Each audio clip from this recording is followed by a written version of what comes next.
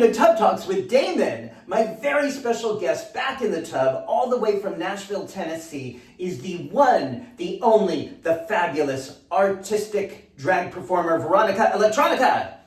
Hi! Welcome back! Thank you for having me. I'm so glad you're here. I'm so glad. You know, it has been 3 years since we spoke in this tub, but oh my it feels God, like longer. Does it feel like longer? Yes. It feels like so much longer for me. There's so much for us to catch up on, including a few different ways I have been reading about your name in the news. You are a hot topic.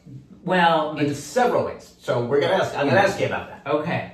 Before I ask you about that, Steve, Yes. Veronika, I want to know, what do you like most about your body today? I think that I will say my smile.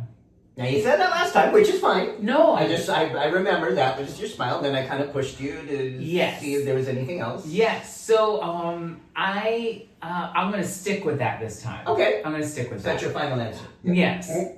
Just because so many, even when I'm in drag, people will say, "Oh, you know, your smile is, you have a unique smile," and I wish I could change my smile. Like I feel like I removed my braces when I was prematurely when I was in high school. Okay. So like I feel like I would really love for an Invisalign sponsorship, but my smile. People always say I have such a nice smile, and people often say like, oh, are you wearing like veneers or your teeth fake? I'm like, no, I just have a really great hygienist. Show the people. That is a gorgeous smile. So even no matter what you're wearing, or even when you're not wearing anything, people can recognize that smile as a source of warmth, of play, of kindness. And they say you have an honest smile, or they say, a lot of times even when I'm performing, people will say, I've never seen a drag queen smile so much when they're on stage. I'm just like, well, I only perform music that I enjoy. And when I'm enjoying something, I typically smile. Now, obviously, if it's like, something artsy or whatever, and the smile doesn't fit, then that doesn't happen. But I typically like to, greet people with a smile. And I think that you never fully dress without a smile. I was just thinking, yes, I was thinking that. Of course, we're not fully dressed right now at all. No. So that's good too. But the smile comes through. The smile is always an appropriate piece of an outfit. It's always a good accessory. If you can't, smiles are free. Yeah. Well, boy, do we need smiles right now. Yeah.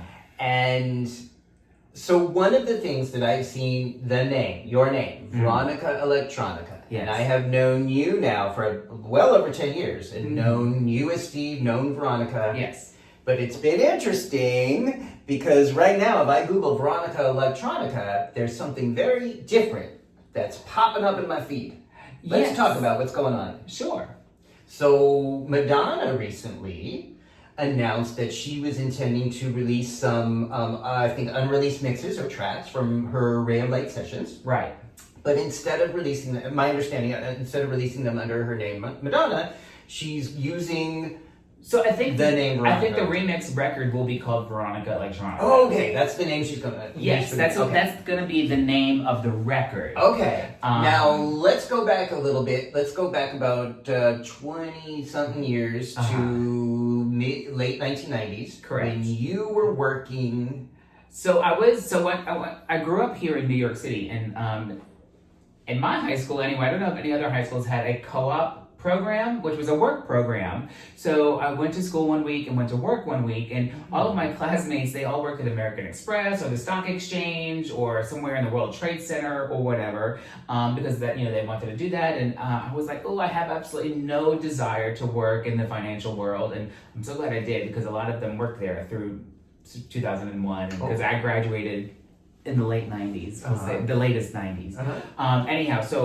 However, I was like, I really don't want to do that. So I remember being, my advisor gave me a deadline, like, you need to have a job by this day. And I was like, okay. So I remember being in my living room listening to Madonna's Bedtime Stories album, and I was looking at the little booklet, when CDs were out and came with booklets, and it said Maverick Records, and it had a Rockefeller Center address. And I was just like, So I pulled out the big giant phone book, and I looked up phone number and address, and I called Maverick Records, I just picked up my phone and just called, and I was just like, is this an actual office, or is this just like the switch? Is this just like an address? And like, no, da, da, da. And I was like, well, I'm in this work program and I need a gig. I'm available every other week and then some other days. Are you interested in having somebody in the office? And the gentleman's name was Mike Taylor, and he goes, yeah, when can you be here? And I was just like, when do you want me? He goes, well, I'm here, I'm working late tonight, so why don't you swing by? And I'm like, oh, I'm in the South Shore of Staten Island, and I have to get up to like Midtown. But I did. I got dressed and ready real quick. I hopped on the express bus and went up there and secured the job. And you just called Maverick Records. I just called and say I want a job, and they're like, sure, come on over. That was how it was. That's what it was. Oh my God. And it was cool. Like when I do it, but the things I did with just like simple things. I did everything from listening to people's demos and giving them a thumbs up or down for him to listen to, or going to get his dry cleaning. So it was like a little bit of everything. Was this before or after Alanis Morissette?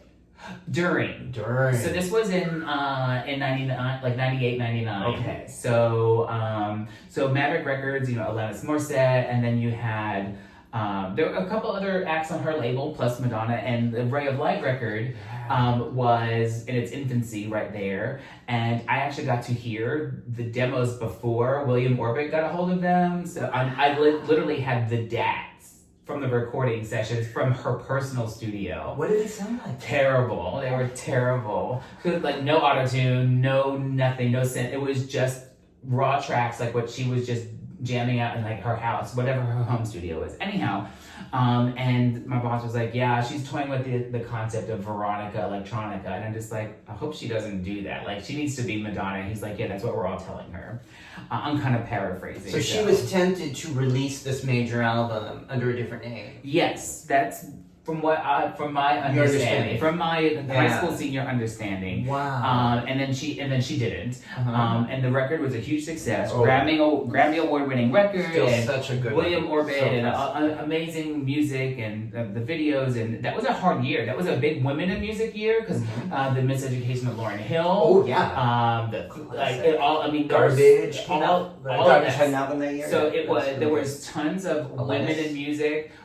So it was a big year for music. Cher's Believe had come out the year before. Right. Tina Turner had released a record that year. So it was a big women's year, if you remember. Divas Live was still a thing. And so anyhow, fast forward to 2002, when I started when the idea of doing drag, I was like, well, what's your name gonna be? I was torn between two. Tragedy. I was gonna be Tragedy because I was gonna be the drama queen, Tragedy. Yeah, I guess, I don't know. Or Veronika Electronica was just in my head. I was just like, well, she's not gonna use it, I am. And I did, and that's how it just went. And originally Veronika was gonna be like a robotic kind of digital character. Like I wasn't gonna talk. Like I was gonna be kind of like this, like 25th century, like robo queen kind of a thing. But that just seemed like a lot of work, like the unnecessary lot of work. And but Veronika kind of just came through. I did a lot of Madonna music at the time. And I changed the spelling to K-A at the end of the Veronika and Electronica. And I have had, but the term Veronika Electronica in regards to Madonna connections has always been, like, you can, like, in the Wayback Machine, you can see Veronika Electronica references to Madonna back to the late 90s. It's something that, there were, like, European underground remix albums that use that. That use Veronika Electronica. And I think there have been, like, Madonna tribute artists and other, in Europe that have used the term Veronika Electronica. Okay. So it's I don't really remember. I'm really a Madonna fan, but I don't really remember that name being associated with her here. But it wasn't here. Okay. So she kind of on purpose didn't market that here. But but Europe, it was a different story. And it's been a really fun journey. And so I live in Nashville, and I do a lot of drag in Nashville, obviously.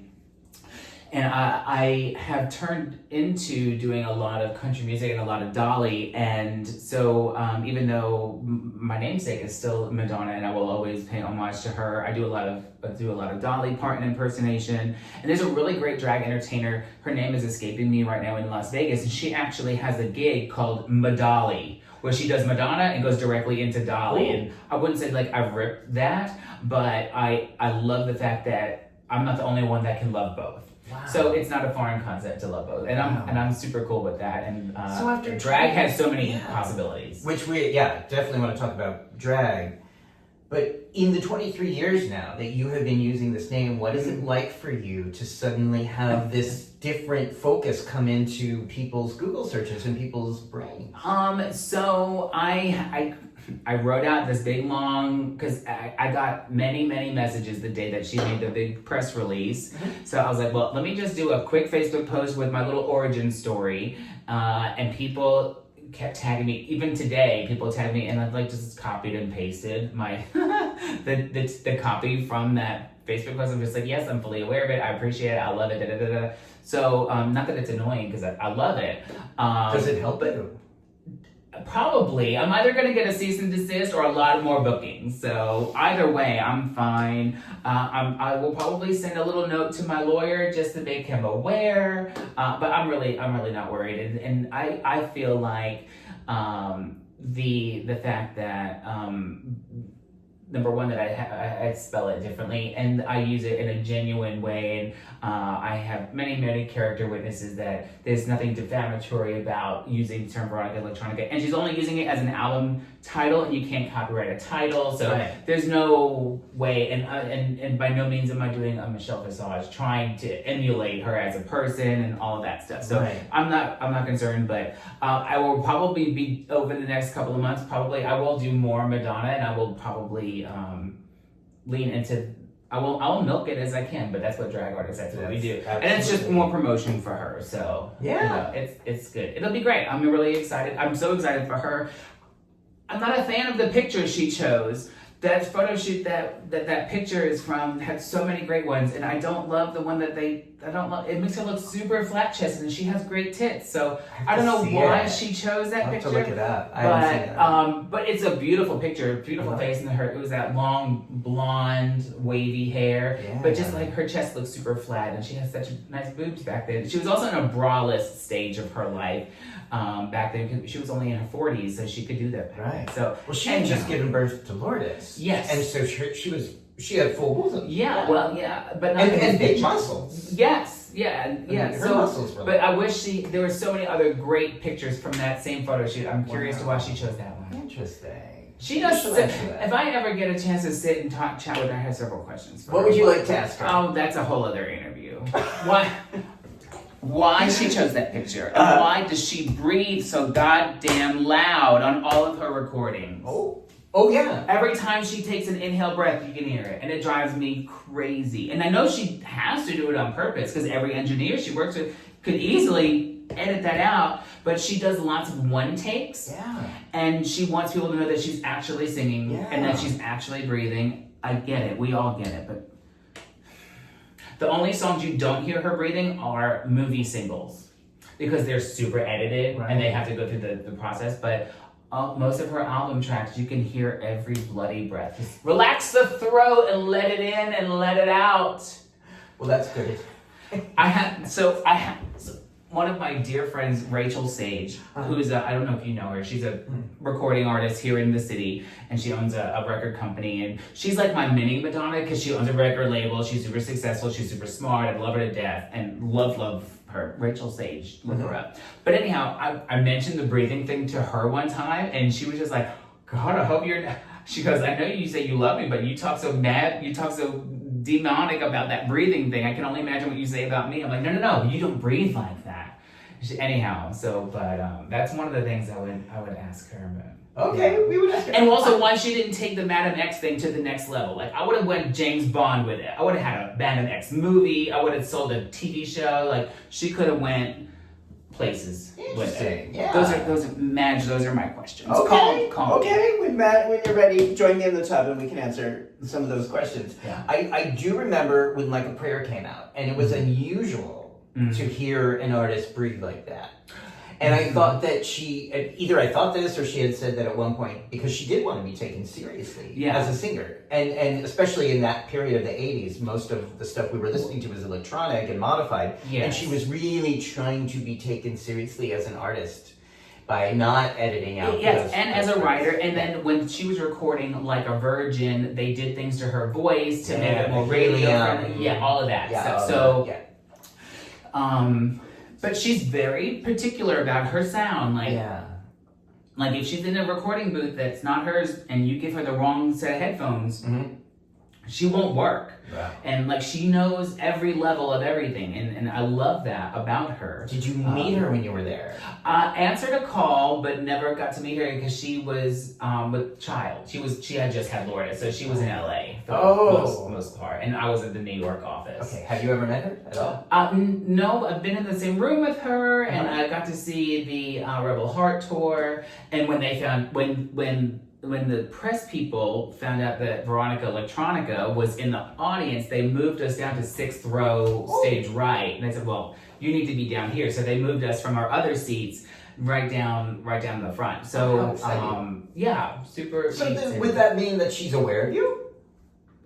Maybe. Or someone on her team is aware of you? It's possible. Okay. I don't know. Well, if she is, then I hope she also knows the advocacy and activism that you have been front and center of in Nashville. Well, she's she's an inspiration to me as part of my character, because she has been such an advocate of all sorts of groups. She has been a huge advocate for HIV/AIDS education, for LGBT, for family rights. She has been an advocate for women's rights. I mean, so she is very passionate about many things, and I'm passionate about many of those things as well.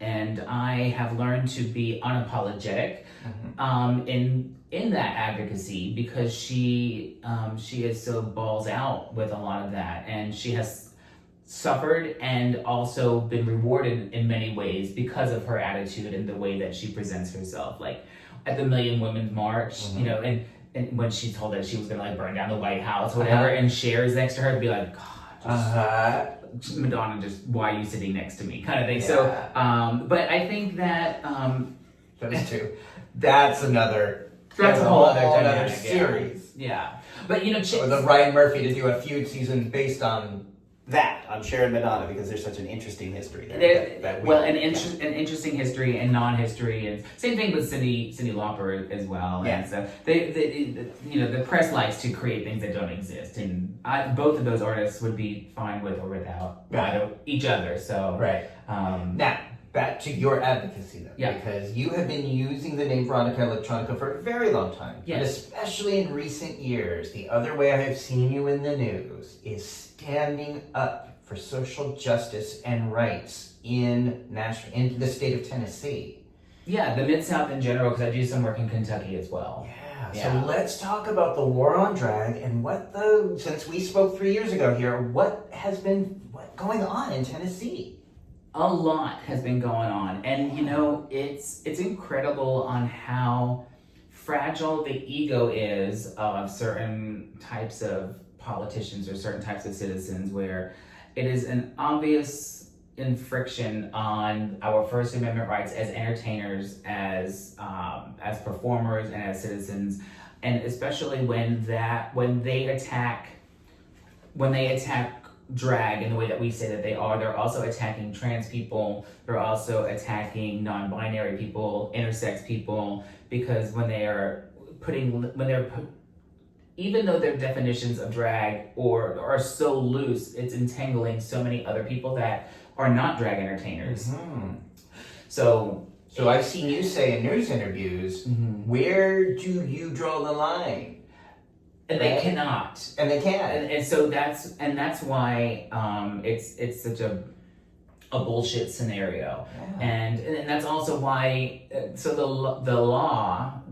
drag ban has been part of Tennessee statute now for a little while, and no arrests have been made, and yet there's more drag now than there ever has been. So let's talk about what is the ban? Like how did this happen? It is basically just reiterating something that has been in every state. Basically, the law is saying you're not to do any performances that are of a prurient interest, which is basically being lewd or obscene in a public space where children or anybody under the age of 18 may be present. Well, that's everywhere already for the most part. Okay, you know. so is this like what we call the obscenity laws in the U.S.? Very similar to. Okay. So it's basically just saying you cannot have any live performances that may be of a prurient interest in any public space where a minor may be prurient adult, prurient, lewd, obscene, adult oriented. You can't have any performance like that in front of a youth, basically, in a public place. So this is a federal thing.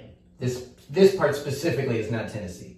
No. What I'm saying is that so this law is a Tennessee law, but there are laws everywhere that say you can't do that in front of. So every youth state anyway. has some sort of version of this. Exactly. Okay. Yeah. For the most part, there are laws saying you cannot emulate a sex act in the public park where there might be children present, even though it's part of a stage play or something. Like right. Typically, that needs to be an age-restricted situation. So like this would be the same. Like you can't walk around naked in public.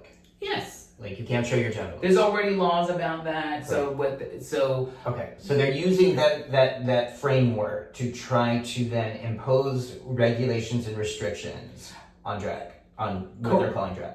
Yes. And because drag is such a hugely varied art form that it's impossible to say what is and what isn't drag. Right. Especially nowadays, there are any and all genders and non-genders that perform drag of all genital types, of all walks of life. So there are so many AFAB drag performers out there, assigned female at birth. Are they? So that's why they said we're not banning drag. The word drag never appears in the bill. Be like, I get that, and that's true. So what is this bill for? And they'll just say, well, to stop. I'm just like, well, the cheerleaders at the Tennessee Titans games that are walking around in booty shorts, doing and shaking and jiving in front of kids all the time. Is that a prurient interest? No, we're like, well, we're doing the exact same thing. So don't insinuate that this drag ban is or is not pointed to a specific community, because it obviously that it is. But that's why the appeals court originally said, because of Friends of George, which is a theater group in Memphis, who has gender variant members, when they said, well, this obviously infringes on our First Amendment rights, and the judge said, yes, you're correct. And then the Circuit Court of Appeals, the next higher up court, says, well, but they couldn't bring that lawsuit because they never had a claim. They never suffered they never suffered an injustice. The law didn't cause them a hardship, so they should never have brought that case to begin with. So until somebody has volunteered to be arrested by the law, or they have been injured by the law, or they have been affected by that law, the court will never take up that case because there's no standing. There's no damages. Exactly. No harm. And I'm not volunteering to be the first defendant. Have people been arrested in Tennessee for doing drag? No. Okay. No. They've been threatened. The threat is there. Now, and because there is no such definition of prurient interest, there's no definition of drag. So it would be on the discretion of the arresting officer or the person who calls the police and say, there's a prurient act occurring in this restaurant or whatever. And then it would be up to the arresting officer to make that decision. And maybe not so much in a metropolitan area like downtown Nashville, but in Pulaski, Tennessee, or Watertown, a smaller town, an officer may be like, absolutely, we got you, and arrest that performer right then and there. And it's more likely that somebody in a situation like that will be affected by the law, and then they would have to in turn challenge the law. But as of right now, no one has suffered a damage. Are people feeling afraid because of this law? Yes, they are. And again, a lot of the individuals that are feeling afraid by the law are trans individuals, non-binary individuals, intersex individuals. So that, they are scared, because who's to say that a trans person singing karaoke is not doing a public performance and their miniskirt may be too short? now they can be arrested, and it's a Class B felony. It's like stealing a car. So it's not just a little misdemeanor. If this is so-called protecting the children, then are you put on a registry list as a child offender? That could be a possibility, right. Depending on what charge they bring up. You know what I mean? Depending on what charges the governor has said that even if municipalities won't enforce this law, the state can bring the charges from the Secretary of State's office, and the Justice Department of the state can bring the charges, even if the local police department won't. So in your area of Nashville, did you have like the libraries? Did they do the drag queen reading hour kind of thing? So I'm also the chapter president of Drag Story Hour of Tennessee. Okay. And let's talk about that. So what is that, and what does that mean right now? Drag Story Hour is a national and in some cases international organization that does story hours and story readings across the country for youth and people of all ages, with drag performers of all genders. Right, because in child psychology, we know storytelling is such a really important way for children to learn, to connect, to use their imaginations. It is good for the brain. Absolutely. It is good for their development. Absolutely. And all early childhood educators would agree with that. Yeah. And so Drag Story Hour, I have been involved with Drag Story Hour for many years. And when I took over the chapter, the idea of doing it in a public library is so scary because it's public property and protesters are allowed to be there. So I typically will only do story hours on private property. So either an affirming church that has closed grounds, or a bookstore, or someplace that has security that protesters could not infiltrate the perimeter. Because I have had Nazis show up with machine guns, AK-47s outside of a venue, and the children and their parents have to walk through that to get to the venue, and I just where you've done storytelling. Mm-hmm. Oh my yeah. God. So what does that feel like? It's very scary, and it's so frustrating because all we're trying to do is just read to kids, and they like to use the word grooming, they like to use the word sexual predators, and it's just so silly. And the art of storytelling is as old as human communication. And they're like, well, why do you have to do it in drag? Be like, I don't have to do it in drag. It's just a way to attract attention. And when I testified at the Tennessee State House in opposition of the drag ban, I was like, I don't know, maybe you guys are just scared because I can capture the attention of a youth by reading a child's book in drag as good, if not better, than Marvel Cinematic Universe can do with a $1 billion movie. I can do it as good, or if not better, than Hollywood. And maybe you're just scared of losing out on some money from your big money donors. But Drag Story Hour is a unique experience for kids and adults as well. And I just did a story hour in Mount Juliet, Tennessee. And I always like to tell the adults that are there, this is just a master class to teach you guys how to do it right at home. And I typically like to always give books out so every family leaves with a book. Like, you saw what I did, now you go try it at home. Let your kids read to you. They just learned the same thing that you did, and call and response, and it's okay to go off script. Like turn the book upside down and make us something new. And I do a lot of interactive play, and Drag Story Hour is always in the company of their sponsoring adult. And it's never me in a room full of unsupervised children. Like that just would never happen. And the books that we read, and people say, oh, you're reading banned books. Be like, the book itself is not even the thing. It's about storytelling. It's about letting the children and their families realize that they are seen and they are heard and that they matter, and that the book is fun and they're enjoying themselves. And I got to read 3 amazing stories at Mount Juliet Pride to a very small group of kids and their guardians, and it was just so much fun. And it's a unique opportunity to practice the skills that I was taught by my mother, who loved to read to us, and I get to read the same books, and I get to do that. And again, I would be more than happy just to read to a room full of adults that will in turn go read to kids. So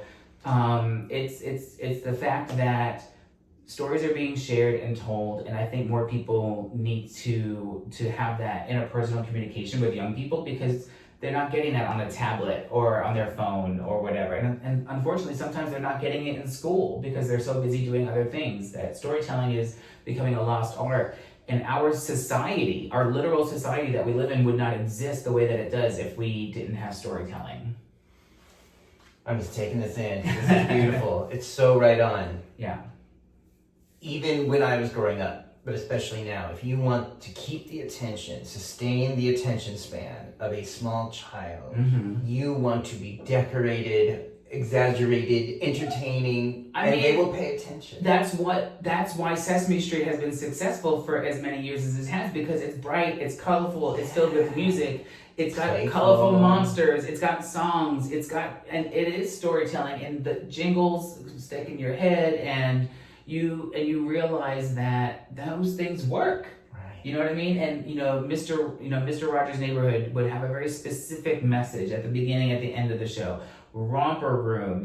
I remember. I mean, Barney and Friends. I mean, all of those things. And it was about creating a fragment of time where you were immersed in learning, and from start to finish, it was about teaching you something. Was counting? Was it colors? Was it phonics? Do they use the word phonics anymore? But it was about friendships, relationships, and so I remember watching a documentary about He-Man came out. It was a lot of violence and swords and all that. But at the end of every episode, He-Man would come out and say, "Well, here's what we learned today." And because you had to have an educational moment, kids, you don't get that at the end of Bluey all the time. And you don't get that at the end of the Avengers Endgame. You know what I mean? So, but you can get that at home when a parent or a guardian is reading to it. And unfortunately, we have tons of children and youth that are in foster care, that are in homes that don't have a library to go to, and they're cutting funding for school libraries, they're cutting funding for neighborhood libraries.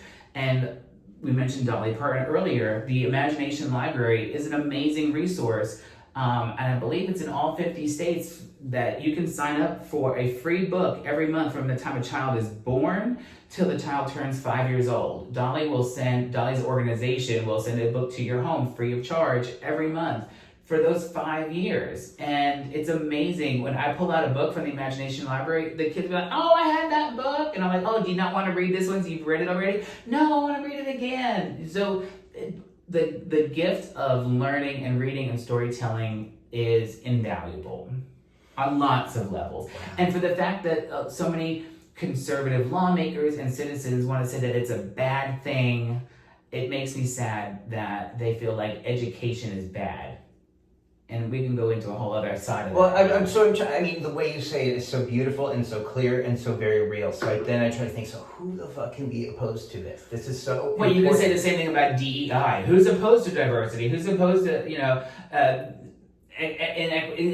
why is diversity, equity, and inclusion a bad thing? Which of those three things do you not like? Right. You just don't like the concept of losing power. Exactly. So, diversity, no, it's not bad. Equity, no, it's not bad. Inclusion is not bad. So, but when you package it together and it's full of rainbow, black, brown people, that's when it's scary.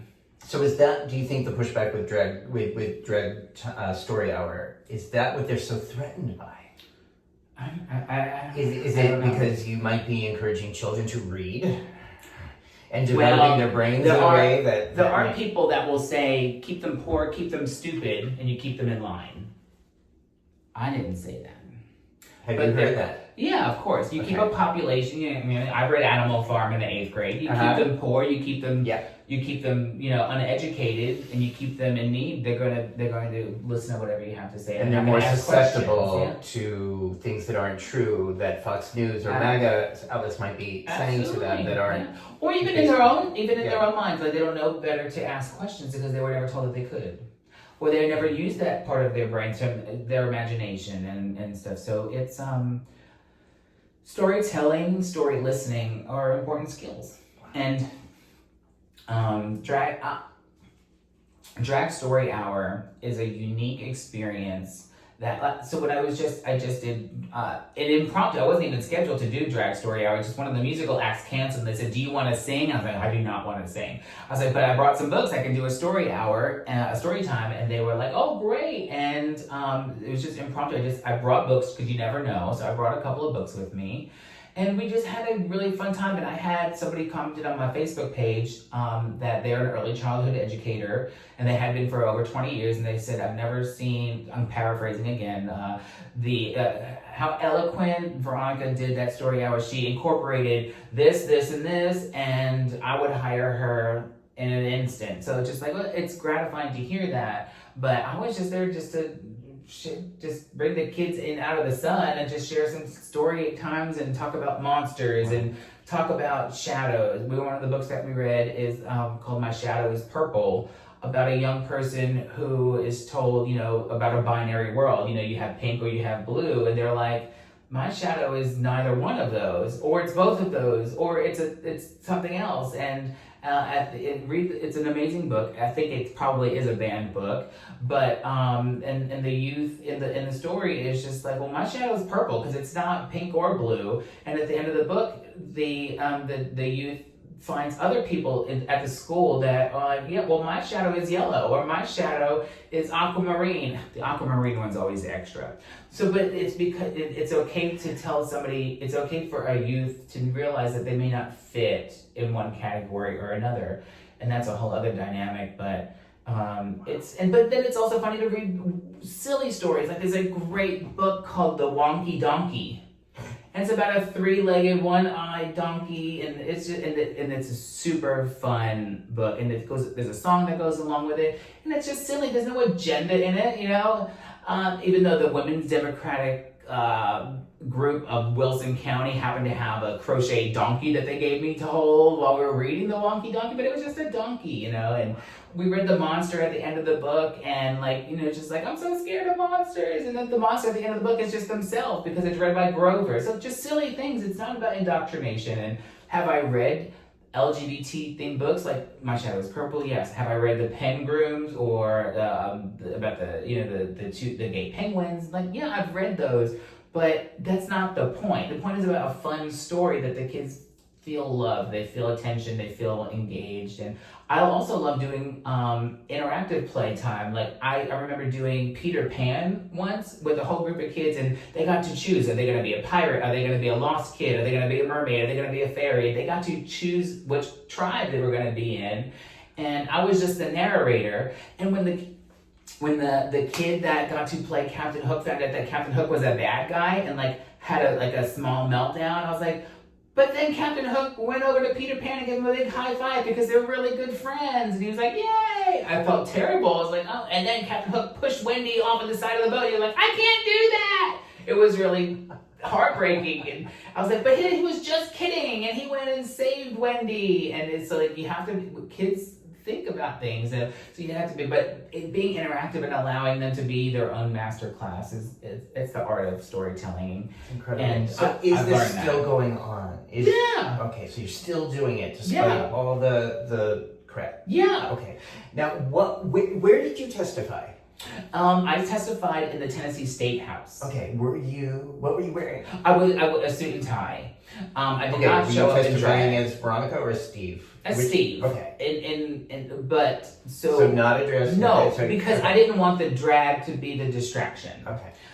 Did other people testify in drag or performance? At other times, yes. So, but I am not a transgender person. And I also didn't want to make it seem like I was speaking for the trans community, even though I speak for all people, of all spectrums. I didn't want it to emulate that I was there, and because I wasn't performing. So why are you in drag? Yeah. Typically that would look like you were living your life that way, does that mean you're trans? But no, being so you weren't treating the courtroom like a stage. You were treating it with I was giving the court the respect that it was. Yes, and I had literally 90 seconds. Oh.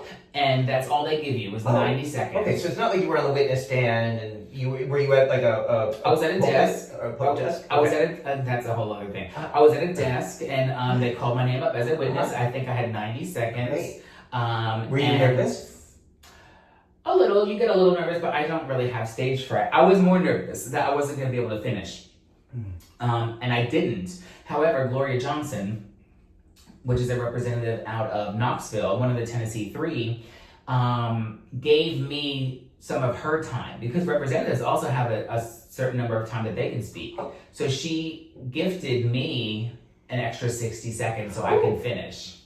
And that's when we became friends. And that was before Justin Jones got kicked out of the house. You know, if you saw any of that. So the Tennessee Three, Justin Jones, Justin Pearson, and Gloria Johnson, they were the ones being threatened to be expelled from the state house for being disruptive.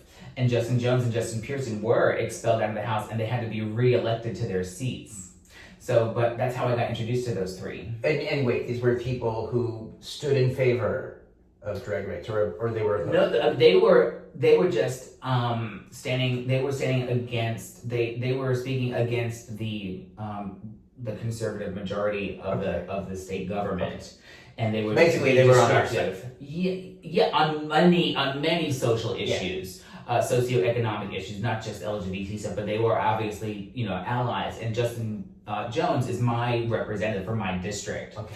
And they do wonderful work, all three of them. So that's how I got to meet them, was through work with the Tennessee Equality Project, Human Resource, HRC, the Tennessee Transgender, Coalition. Like all of these different organizations that I have worked with have allowed me to learn so much about what we do, and Drag Story Hour plays into that. Me as a drag performer plays into that. I'm also an ordained minister, and I have done sermons on different churches around Nashville, and I'm actually going to be featured. I'm going to be featured in my pastor's book that she got a book deal, so I have a whole chapter in her book coming out. So. Yeah. When did that happen? It just happened. So I've been preaching in churches for a long time. So, but the Table Church, which was part of the first Lutheran church in Nashville, the Table was an LGBT affirming church, and the pastor, the Reverend Don Bennett, started a series when the drag ban came out called "Drag Me to the Pulpit," and invited different drag performers and trans people to come to church and give sermons. But since I'm ordained, she asked me, and I did it 2 or 3 times. And when she was, yes, okay. And when she was offered a book deal, when she finally accepted it, she asked me if I would like to have a chapter in her book. So, wow, yeah, called Veronika's New Stage. When is that coming out? It's still in the writing process, so probably next year or so. And one of the things I talk about is I think a lot of conservative lawmakers forget that they are behind a podium, not a pulpit, and I think they forget that.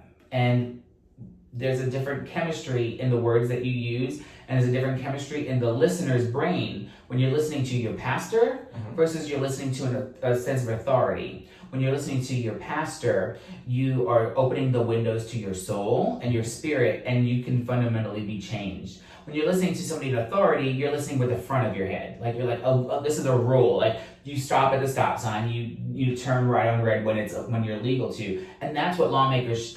That's the verbiage that the lawmakers should be speaking with. They should be talking to that portion of it. They should not be speaking as a person of faith into your soul. So I feel like many people feel like they're listening to gospel when they're listening to propaganda. So so that's and that's just kind of part of where we're at as a country right now. So many lawmakers seem like they're preaching instead of writing laws. They're writing would-be sermons, and unfortunately people are allowing that to happen, and they're not stopping it, and it's dangerous. They're enabling it. Yeah. So it's scary because you see them really dig into religious liberty, religious freedom, and when technically this country was founded on the notion of separation between church and state. Would have been nice if they had wrote that into the Constitution blatantly. If it was, it's kind of inferred, ish. Yeah. I wish that many of the founding fathers, I wish they had made it more clear. I wish that. Do you think it would have mattered to the folks who are running things It would today. have mattered 20, 30, 40 years ago. It wouldn't have mattered right now because apparently they don't have to read the Constitution right now or the Bill of Rights. Right. But when both parties had sensibilities to them, it would have mattered. Wow. So that's just part of it. Wow. So I feel like we wouldn't have gotten to the point where we're at now if the founding fathers or if the founding documents had been more clear about certain things and term limits. Do you ever think about running for a public office? People ask all the time. Yeah, But however, because you are so. And maybe this is a contradiction to what you just said, but I think because you are inspirational and you do have impact, and people do listen, I think, with their hearts and their souls when you speak. Do you ever consider where you may take that politically? Well, I have great representatives in my districts right now, other than federally. So there's not really a spot where I would have the opportunity to do that. My Metro Council person is amazing, Wes Bradford. My state House representative is great. My state senator is not so great. Can you say that? Yes. Oh gosh, his name just went right out of my brain. Maybe that's for the best. Something with a P. Mark Pody, Senator Pody, who I have a relationship with because I've been to this state capitol and I have a relationship with all of my representatives. They know who I am, and I say, when you're voting against or for this particular bill, you are voting in my stead. You are my elected representative. I didn't vote for you, but the votes that you're casting are mine. So when you say no or yes to any particular bill, you think of me, and I want them to know what my face looks like. Wow. So that I've always felt that. Wow. And the Tennessee Equality Project is an amazing organization that allows us and organizes dates throughout the year where we can organize at the state capitol and we can set up appointments, which you can do whatever state you're in. You can email, visit your state representatives, make appointments. We just happen to have certain days of the year that we go together because it's just easier to organize that way, and lobbying days, and there are certain days that are better than others. But you have the power to ask questions of your representatives, and they have the power to say, no, I'm not available, but that shouldn't stop you from asking, and it certainly should not stop you from running for that seat if you don't like the way that they're representing you. Would you ever imagine doing that? As an entertainer, I feel like I can do more good as a fundraiser for a more qualified candidate that would be a better student of the law. I would hate to be the good witch version of like a Marjorie Taylor Greene who's just really loud and theatrical. We don't need loud and theatrical progressives. We have a couple, but they don't. And I'm not saying there wouldn't be room for more of that, but they don't always get legislation listened to. AOC, for example, I love her. She's very charismatic, and she is so smart, but sometimes she's super duper animated, and I think sometimes that turns people off, so it's something they don't want to listen to her. And there's all sorts of things about I love her. I hope she keeps doing what she does, and I hope she can keep that seat forever, or for as long time as she will. But I would be more inclined to be the supported person for other people to run for those seats. I'm also getting too old for all of that and all that stuff. And Dolly will say the same thing. You're like half the age of a lot of representatives today. Well, that's true, but boomers can't go fast enough. Yeah. But what were you gonna say, Dolly says? Well, Dolly, people say, "Oh, you should be the politician." She goes, "Nah, I'm good. I vote." And I've never actually even heard her say that she votes. I assume that you vote. But she is very politically aware, and she is very outspoken on social rights. But to be political is not her thing. However, I do choose to be political on the microphone and on stage, and I do get asked to speak at events, and I do get messages from other members of the community, and they ask me a lot of questions, and I have to direct them to different resources. And sometimes it's with tear-filled eyes that the people will message me or call me. They're like, "Why is this happening? Why are they doing this?" And I have to kind of explain to them, what exactly is going on, because there's a lot of disinformation and misinformation out there. And so I often will, before I engage in those kind of conversations, I will have a touch base with people that really do know. And that way I'm giving the most up-to-date information. because I think that's important to be well informed, and I try and share that as often as I can.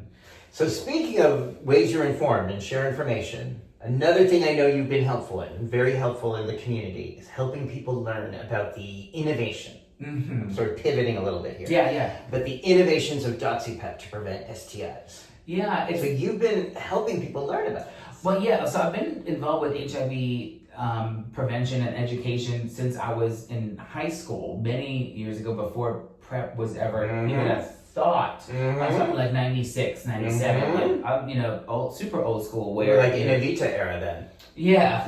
Before we had post Evita. Okay. Yeah. So I was involved in a group in high school called the group Teen HIV Educators, and we would travel around New York City with Dr. Bob, and we would do presentations as high school students at NYU or at different places, and we would talk about the risks of HIV and the benefits of safer sex and things like that. So I've been involved in sexual health for many, many years. And I remember when I worked for an organization in National Cares, that's when I first learned about the Truvada whore, and I learned about, PrEP and all that. And I remember doing an HIV 101 at a gay men's campground, and I was talking with a group of guys in their 50s and 60s, and I was talking about PrEP and Truvada at the time, and what is PrEP.org, and it was a super easy resource at the time. And these guys came up to me and they were like, wait, stop. And they stopped my person and they said, are you talking about something that you guys are working on? Or is it like something that you're hoping to say? I was like, no, this is a pill that you can take yesterday. And it blew their minds, and they started crying because one of them had a partner that had died in '86 and had never had another partner after that, because he thought just the legacy of that, and he had passed away from HIV back in complications of HIV so many of those years ago. And he goes, it's amazing that we prayed for that so hard, and you saying our prayers have been answered? And I'm like, yeah, and he just lost it. And like a whole room full of men were filled with love and compassion for this gentleman, because how often do you see a miracle happen? And by that year, when was Truvada horror like the big thing for you? So 2012 into 13 is when that went viral. And then, so this was maybe 2012. Yeah. And 11, 12. And it was a foreign concept to him, and I will never forget that, because that was a memory marker for me that as an educator, you can change people's lives. And I remember we did a rapid test, and he tested negative. And he goes, I need to start PrEP. And I was just like, absolutely, let's go. He goes, I'm not even sexually active, but I'm going to do it as in memoriam for my lover. So it was very emotional. And at a testing event, it's very rare that everybody in the room will test. Everybody in that room tested for him. It was very emotional for that particular gentleman at that event, and so I will never forget that. But talking about DoxyPEP, talking about STI infection or prevention and education, half of the people that I interact with are like, oh, so what? You get a shot of penicillin for a little while and you're done with it. So why do I need to bother? And the other one is like, oh, I really like being promiscuous, and I would like to do that with more mental freedom.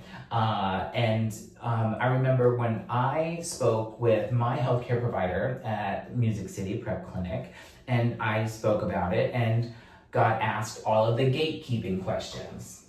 And I spoke to them as an educator, and I said, I want you to understand what you're doing. Mm-hmm. I said, because I'm not the person I'm about to describe, but the next person that you see will be. Mm-hmm. So what you're saying is, I'm not a whore enough to qualify for your prescription pad.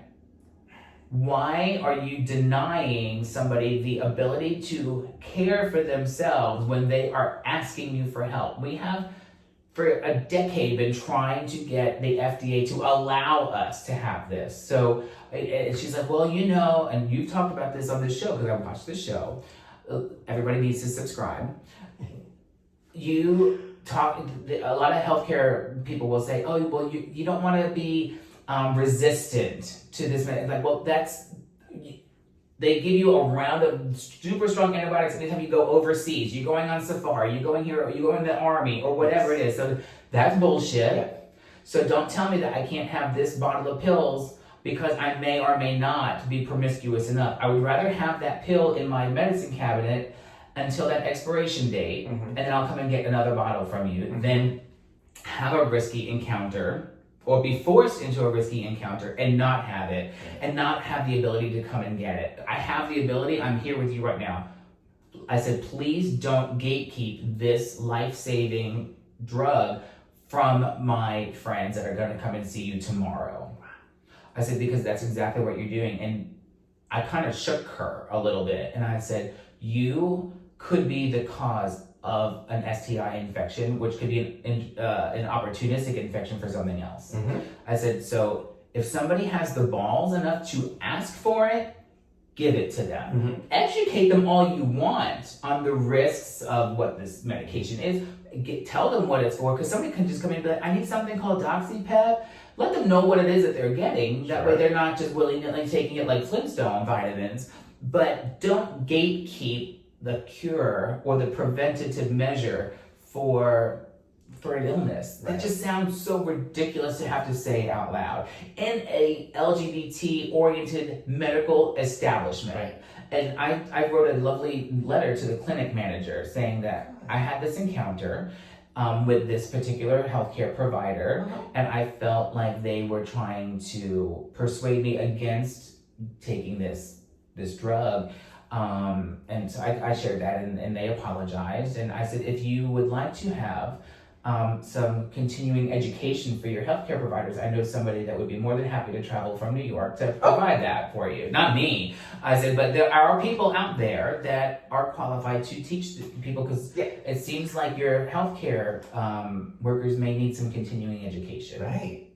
Wow. And I think that we, as sexually active members of the LGBT community, are so vilified for getting laid in the first place that I think that any additional guilt trips are just ridiculously unnecessary. It is. It's about morality over medicine. Yeah, and what is that? And I think when it came to teaching about PrEP, I had a long room for that, because it was so different, and it was so using Truvada as an HIV negative person for prevention, for prophylaxis, was such an unusual concept. I can understand how providers could... I remember when I first learned about it, I was like, I remember taking an HIV, filling out the form, and it's saying, are you taking any HIV medications for prevention? I was like, what are they even talking about? And that's when I even learned that of the concept, because I was in a blind study at Vanderbilt University for a vaccine study. And that's when I learned about it, and I was like, I had no idea that it existed. And then I went to go work for this organization, and then I learned about Truvada, all of that stuff, and I was like, I get it now. And, but you know what? This might just be me getting older, but I have so little room for that kind of crap with DoxyPEP. Oh yeah, because doxycycline has been with us since 1967. Yes. And as you point out, providers have no problem prescribing it in much higher doses for malaria, for acne, for Lyme disease, for anthrax exposure, for gum disease, for bronchitis, for a host of bacterial infections. There's no problem with that. But when it comes to fun and pleasure and connection, the morality police stand up. How many times until just very recently, and in some places still, they're handing out bags of condoms with your HIV tests, and even at your PrEP clinic appointments, they're still handing out, condoms for safer sex, because abstinence and condoms is always going to be the safest way. And yet we didn't see any significant reductions in this country in HIV and STI transmissions until PrEP and DoxyPEP came along. And we've only seen those reductions in STIs in areas like San Francisco, where doxycycline is readily available. Exactly. We saw a 51% reduction in the Department of Health sexual health clinics in San Francisco when they made DoxyPEP readily available in the community. That says a lot. And I will say that it was because of one of the shows I watched of yours that planted that seed in my head. And I was like, she's totally gatekeeping this on me. And I gave her your spiel, and it worked. And Thank you. I've never taken, I've never had to take DoxyPEP because it's never, I've never been in the interaction where I needed it. But I have it. It's a tool on my utility belt when I need it, if I need it. Yeah. And it was an educating moment for that provider. Yeah. I know that it was because I saw the memo that the clinic manager gave her. Good. Or I have a pretty good idea of the mode Good, because again, I wanted to believe, and perhaps I was naive when PrEP came around to think that mode of gatekeeping and policing sexuality would be reduced, and that the next time we had innovations in science, there wouldn't be the same kind of moral resistance. But and here we are 10, 15 look years later. Look at needle exchange programs. Good point. Nashville, Tennessee, and there's not. Yeah. It's illegal to provide clean, unused needles. Yeah, you have to have a prescription in Tennessee to get syringes and needles. It saves And lives. there's blatant evidence that IDU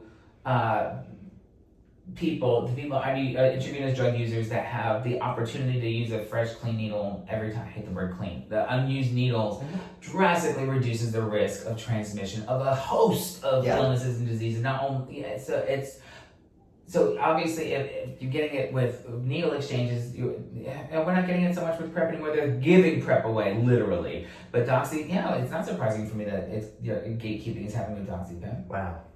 Yeah. Wow. Okay, so based on all of that, based on the areas we've covered, Madonna, drag storytelling, DoxyPEP, drag bands, what, if anything, and I asked you this last time, what, if anything, gives you a sense of hope today? Or does anything give you a sense of hope today? I'm a hopeful person almost to a fault. Yeah. Where I think that right now we have a lot of, especially young people, that are asking a lot of questions and also not asking questions when they know bullshit when they step in it. They don't even need to ask about it. They're just going with what they know, and I love that. I hate the fact that my generation, we missed the opportunity to be in positions of leadership because the boomers never left. So like the mid 40-year-olds right now are not even in office because the 70-year-olds are still there. And in 5 years when they're all dead, no one's gonna elect the 50-year-old. They're gonna be electing the 30 and 40-year-olds, which are the generation after, the millennials and so the Gen Xers will never get a chance to be in the Senate or House or president, with very few exceptions. So, and I hate that because we grew up in a really great time and we're asking really great questions, and millennials hate us because they associate us with boomers sometimes still because we use dial-up internet or we listened to a vinyl record when we were in elementary school. We are still reminiscent of the old garb. Mm-hmm. And see, I thought they hated us because we used so much hairspray in the 80s that we destroyed the ozone layer. Nah, it could be that too. I don't know, but I will take full responsibility for my part. So that. I think. Sorry, everybody. I think that my hair was. A big deal. We are going to have a drastically different government in the next 10 years. Yeah. Unfortunately, however, because we started keeping people stupid and poor about a decade ago, a lot of young people right now, Gen Z. There are a lot of conservative, closed-minded Gen Zers. There are a lot of those, especially like college guys, and a lot of Trump-waving conservative values young men right now, especially. And they're super sad because they can't get laid because all the women, they don't want to be pregnant. They don't want to stay home. They want to, so unfortunately we're going to have that wave of that. And but the hopeful part of that for you is I forgot about that. Was the part of the hopeful part. A hopeful part of it is that we have such an interconnected world right now, so we get to see the bullshit that's happening around the world instantly. So they cannot hide they can try, but it's hard to hide a genocide under the rug today. But governments try really hard. It's really hard to say that trans people don't exist, that intersex people don't exist, that drag is really super dangerous. Like, it's super hard for that to pass for a long period of time because it's not the case, and there's too many people that can counteract that with facts and truth. So I'm hopeful that the people will keep raising the alarm and sharing truths and sharing experiences and sharing stories Beautiful. with each other. Beautiful. So I'm hopeful for that, but it's a scary time, and there are many government officials that still want to vilify so many populations of the country and of the world. You know, immigrants are super villain right now, number one. Trans people, drag performers, neurodivergent people, people that choose to vaccinate their kids, so people that want to have energy efficient appliances are getting shamed. You know what I mean? So I think that I'm hopeful that there are enough people that can see through the bullshit that that some of that truth will come through. Yeah. Thank you for that. Thank you for everything that you are doing to make our world a happier, healthier place, and to get us closer every day to that reality of a different way. And I don't know, I'm kind of an eternal optimist too. I tend, but also a realist. I look at this country's history and the pendulum, and I'm like, okay, the pendulum's going really far in one direction. Ultimately, it does go to the other direction. We just haven't seen this before quite like this in our lifetime. Well, you know, you ever see like in a cartoon where the swing on a swing set goes so high that it goes around the top? Yeah.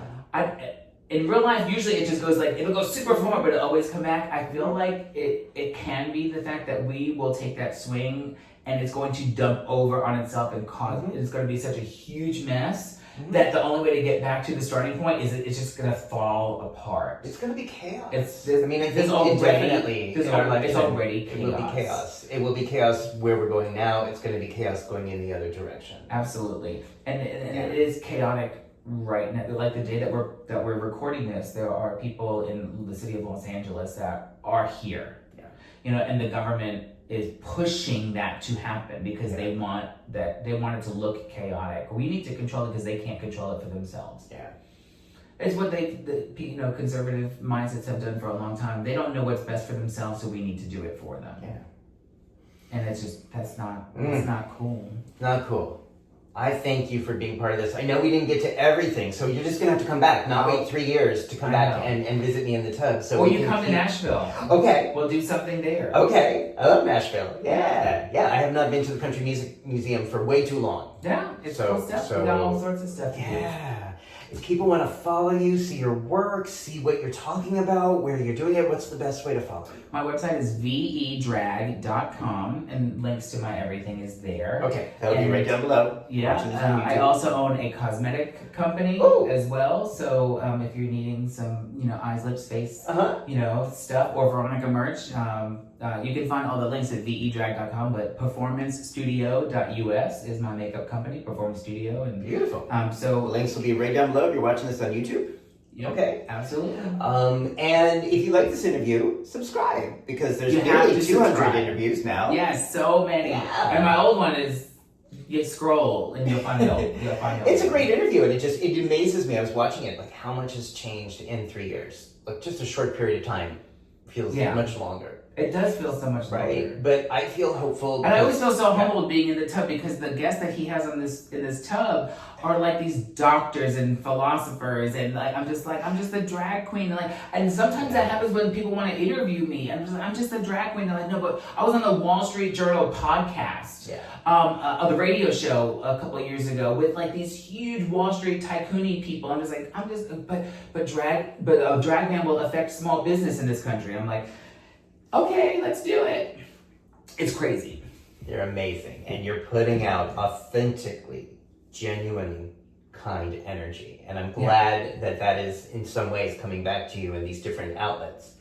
That's being reflected to you in these Never books. in a million years. But if you had said when I started doing drag in 2002, you're going to be interviewed by Rolling Stone magazine or The Advocate or Getting in books, or the CBC in Canada, the BBC, or I've been a film documentary in Finland or a magazine cover in Sweden, and never in a million years would I thought about that. Right. So why wouldn't Madonna call me and want to talk about Veronika Electronica? For real. It can happen. For real. For real. It can happen. Okay. All these things can happen. Okay. All right. Thank you, everybody, for watching. Subscribe down below to get all the latest interviews as they come out. And we are just going to keep talking and connecting and working together through these difficult times. So I'm Absolutely. grateful to be, if we have to be in a fight like this, I'm grateful to be in that with you. Me too. With Yes. With you. Yeah, because you get to be with you all the you. time. Hashtag we are stronger together. Absolutely. Thank you, Steve. Yeah. All right, everybody. Take care. Thank you.